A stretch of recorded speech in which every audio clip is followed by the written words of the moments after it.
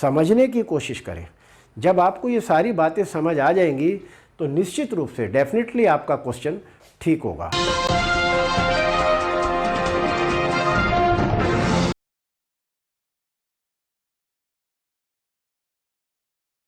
Hello students, I am BD Saini. आज की इस वीडियो में आपका स्वागत है।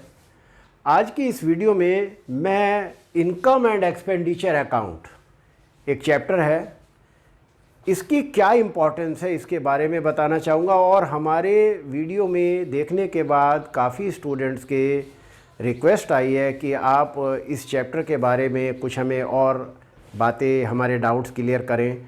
तो जो भी उनकी प्रॉब्लम्स आई हैं, मैं आज उन सब को सॉल्व करूंगा और आपकी हेल्प करूंगा और बताना चाहूँगा कि इस चैप्टर में CBSE बोर्ड ने कोई चेंज नहीं किया है। 10 मार्क का पूरा ये चैप्टर है। तो मैं चाहता हूं कि आपके 10 में से 10 मार्क्स आएँ। इसके लिए मेरी आप वीडियो बहुत ध्यान से देखेंगे। Income and not for profit organisation में हम क्या क्या टॉपिक बनाते हैं। सबसे पहला हम टॉपिक बनाते हैं income and expenditure account. Income and expenditure account. दूसरा टॉपिक हम बनाते हैं बैलेंस शीट।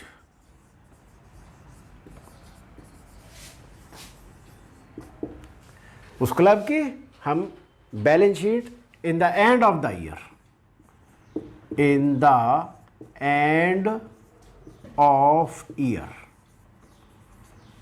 बनाते हैं। और जब क्वेश्चन में, मैंने अपने पिछले वीडियो में आपको रूल्स में बताया कि जब क्वेश्चन में कैपिटल फंड नहीं दिया होता है तो हम क्या करते हैं, ओपनिंग बैलेंस शीट बना करके सबसे पहले कैपिटल फंड को कैलकुलेट करते हैं।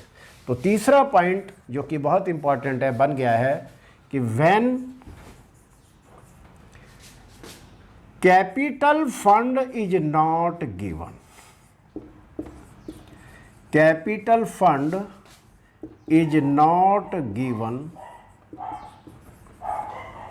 इन द क्वेश्चन,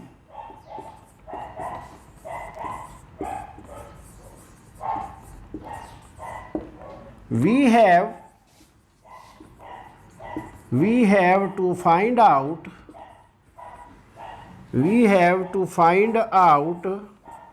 capital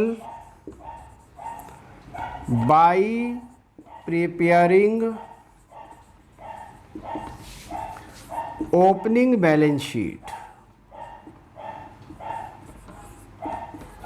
हम क्या करते हैं कि ओपनिंग बैलेंस शीट बना करके कैपिटल फंड कैलकुलेट करते हैं। तो चलिए मैं सबसे पहले इनकम एंड एक्सपेंडिचर अकाउंट के बारे में आपको बताना चाहूँगा कि इनकम एंड एक्सपेंडिचर में 2 कॉलम होते हैं। डेबिट साइड में हम एक्सपेंडिचर दिखाते हैं और क्रेडिट साइड में हम इनकम को शो करते हैं। अब ये इनकम एंड एक्सपेंडिचर अकाउंट कैसे बनाते हैं? तो इनकम एंड एक्सपेंडिचर अकाउंट हम रिसीट एंड पेमेंट अकाउंट की हेल्प से बनाते हैं। हमें क्वेश्चन में रिसीट एंड पेमेंट अकाउंट दिया होगा। तो सबसे पहला income and expenditure account is prepared from the information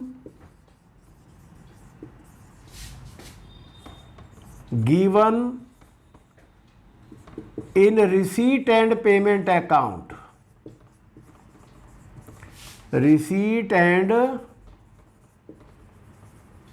payment account। तो सबसे पहले हमें क्वेश्चन में रिसीट एंड पेमेंट अकाउंट दिया होता है, उसकी हेल्प ले करके हम इनकम एंड एक्सपेंडिचर अकाउंट बनाते हैं। रिसीट एंड पेमेंट अकाउंट कैसा अकाउंट है? ये एक रियल अकाउंट है। और इनकम एंड एक्सपेंडिचर अकाउंट क्या है? ये एक नॉमिनल अकाउंट है। तो कई बार 1 मार्क का क्वेश्चन एग्जाम में पूछा जाता है कि what is the difference between receipt and payment account and income and expenditure account. तो always remember that receipt and payment account is a real account and income and expenditure account is a nominal account. अब जो receipt and payment account में information दी होती है उनको हम income and expenditure account में दिखाते हैं। अब इनकम एंड एक्सपेंडिचर अकाउंट में क्या क्या आइटम दिखाते हैं, सबसे पहला मैंने रूल बताया था, आज मैं फिर एक बार आपको याद दिलाना चाहूँगा। Do not show opening balance of cash in it, इसमें कैश का ओपनिंग बैलेंस नहीं दिखाते हैं। दूसरा रूल क्या बताया था, do not show closing balance of cash in it, इसमें कैश का क्लोजिंग बैलेंस भी नहीं दिखाते हैं। तीसरा रूल मैंने बताया था, do not show capital expenditure in it, इसमें कैपिटल एक्सपेंडिचर भी नहीं दिखाते हैं। कैपिटल एक्सपेंडिचर क्या होते हैं, कैपिटल एक्सपेंडिचर वो एक्सपेंडिचर होते हैं जिनसे हम कोई फिक्स एसेट्स को खरीदते हैं, जैसे परचेज ऑफ बिल्डिंग। नेक्स्ट इसमें do not show capital gain in it, इसमें कैपिटल गेन भी नहीं दिखाते। अब बात आती है कि कैपिटल गेन क्या होता है।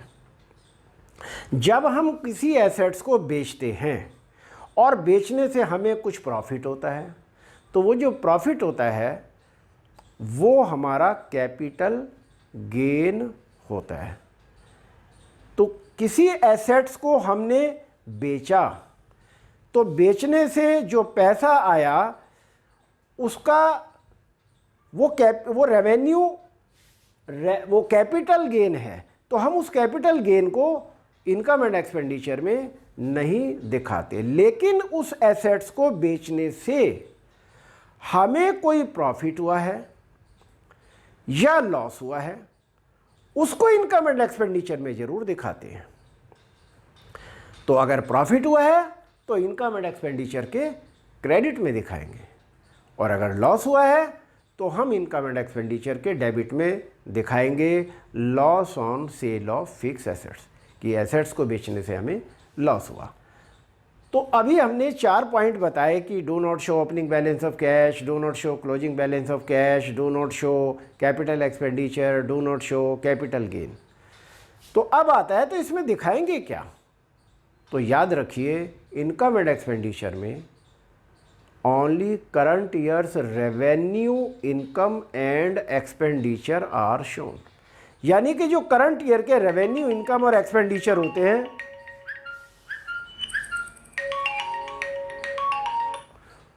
वो इसमें दिखाते हैं।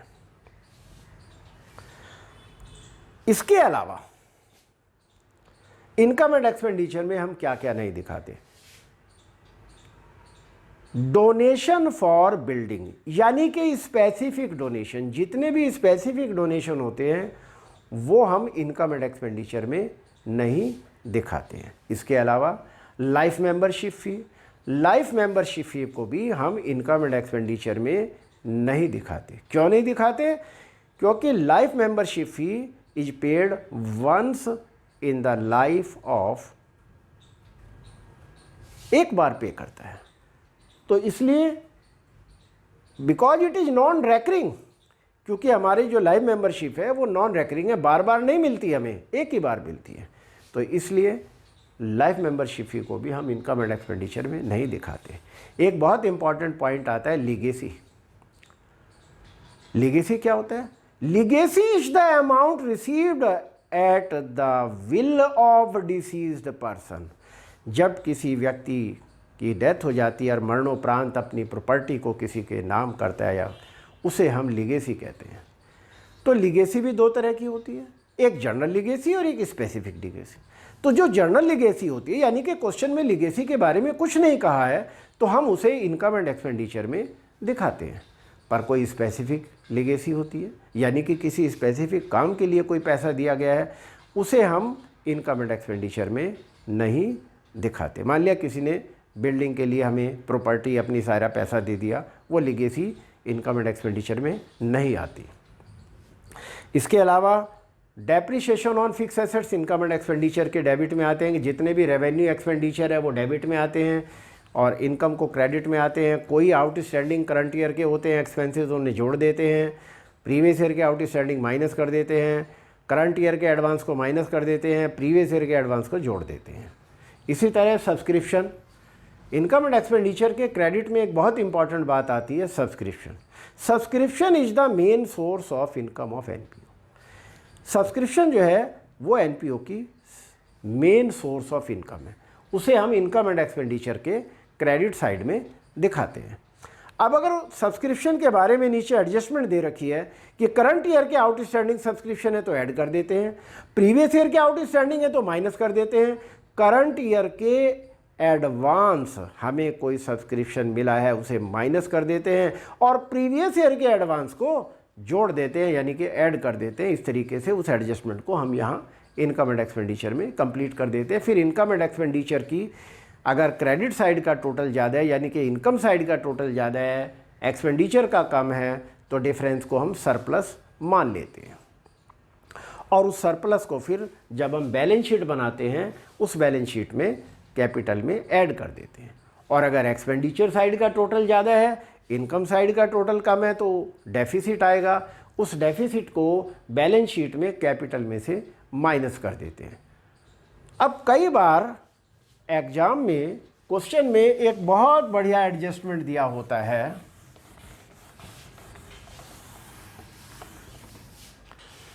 मान लिया रिसीट एंड पेमेंट अकाउंट के डेबिट साइड में, रिसीट एंड पेमेंट अकाउंट के एंड पेमेंट अकाउंट के डेबिट साइड में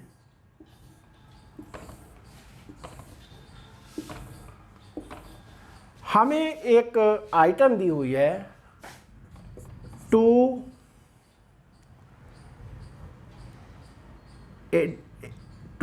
इंटरेस्ट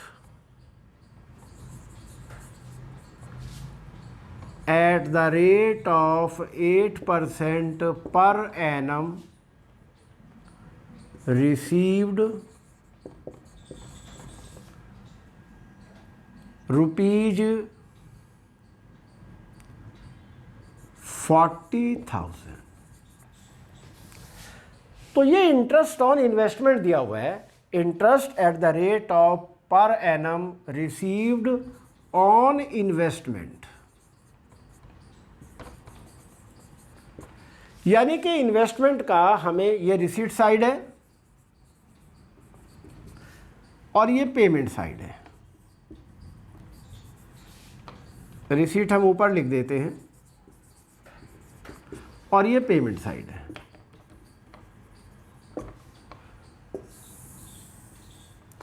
और ये पर्टिकुलर्स है, अमाउंट, पर्टिकुलर्स और अमाउंट। यहाँ पर एक आइटम दे रखी है interest 8% per annum received on investment, यानी कि इन्वेस्टमेंट पर हमें 8% की दर से पूरे साल का ब्याज 40,000 मिला और नीचे क्वेश्चन में कोई एडजस्टमेंट नहीं दी हुई है। अब हमें क्वेश्चन में कैपिटल नहीं दे रखी तो हम ओपनिंग बैलेंस शीट बनाएंगे।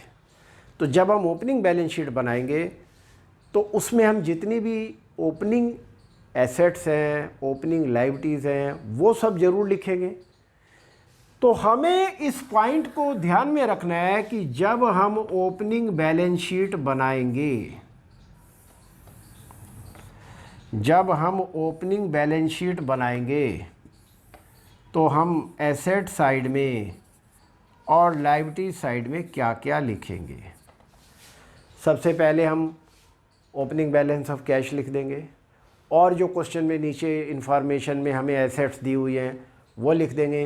पिछले साल के सब्सक्रिप्शन भी लिख देंगे, पिछले साल के आउटस्टैंडिंग एक्सपेंसेस इधर लायबिलिटीज़ में आ जाएंगे। चूँकि हम प्रीवियस ईयर की बैलेंस शीट बना रहे हैं, ये हम यूजुअली 1 अप्रैल को बनाते हैं,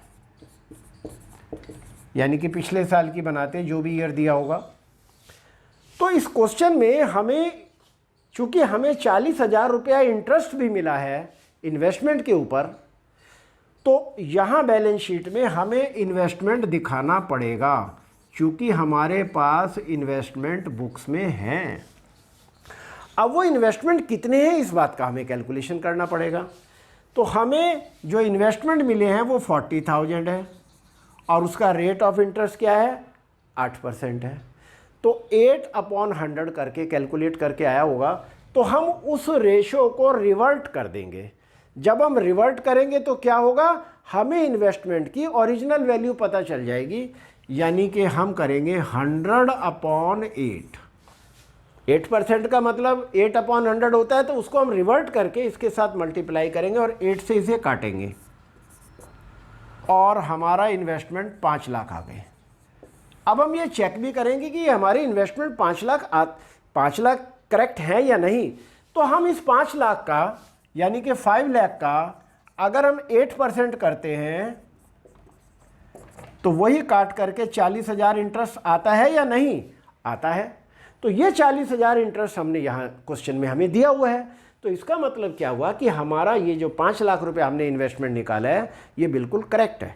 और हम इस 5 लाख रुपए को जब हम ओपनिंग बैलेंस शीट बनाएंगे यहाँ भी दिखाएंगे, और जब हम क्लोजिंग बैलेंस शीट बनाएंगे क्लोजिंग बैलेंस शीट में भी इन्वेस्टमेंट 5 लाख रुपए के आएंगे। ये बहुत ही बढ़िया एडजस्टमेंट है, एक तरह की ये हिडन एडजस्टमेंट है।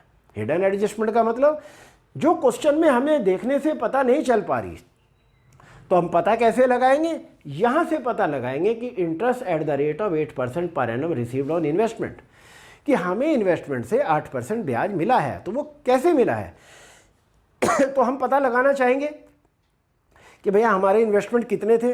तो हम रिवर्ट करके परसेंटेज को, ये हमने वैल्यू 5 लाख दिखाई, ये हम ओपनिंग बैलेंस शीट में दिखाएंगे एसेट साइड में।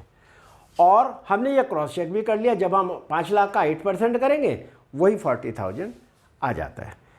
इसके अलावा फंड बेस अकाउंटिंग टॉपिक हमने बताए थे, स्टेशनरी कंज्यूम्ड, वो सब इनकम एंड एक्सपेंडिचर में हम दिखाते हैं। जो closing balance of stationery consumed होता है वो क्लोजिंग बैलेंस शीट में जाता है। और अगर हम ओपनिंग बैलेंस शीट बना रहे हैं तो उसमें opening balance of sports equipment या स्टेशनरी, वो सब हम ओपनिंग बैलेंस शीट में ज़रूर दिखाते हैं। और फिर हम यहाँ पर कैपिटल कैलकुलेट करते हैं, कैपिटल फंड हमारा कैलकुलेट करते थे। तो जैसा कि स्टूडेंट्स ने बहुत सारी वीडियोस में देखने के बाद हमसे कुछ क्वेरीज़ पूछी है, तो हमने वो इम्पॉर्टेंट टॉपिक को आपको बताने की कोशिश की है।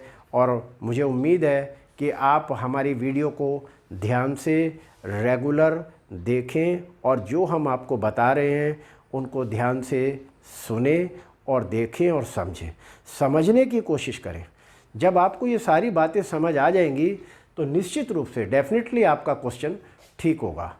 और आज की हमारी ये वीडियो आपको कैसी लगी, आप इसे लाइक करें, सब्सक्राइब करें, शेयर करें, ताकि ज़्यादा से ज़्यादा स्टूडेंट्स को हमारे लेटेस्ट अपडेट पहुंचते रहें। Thank you.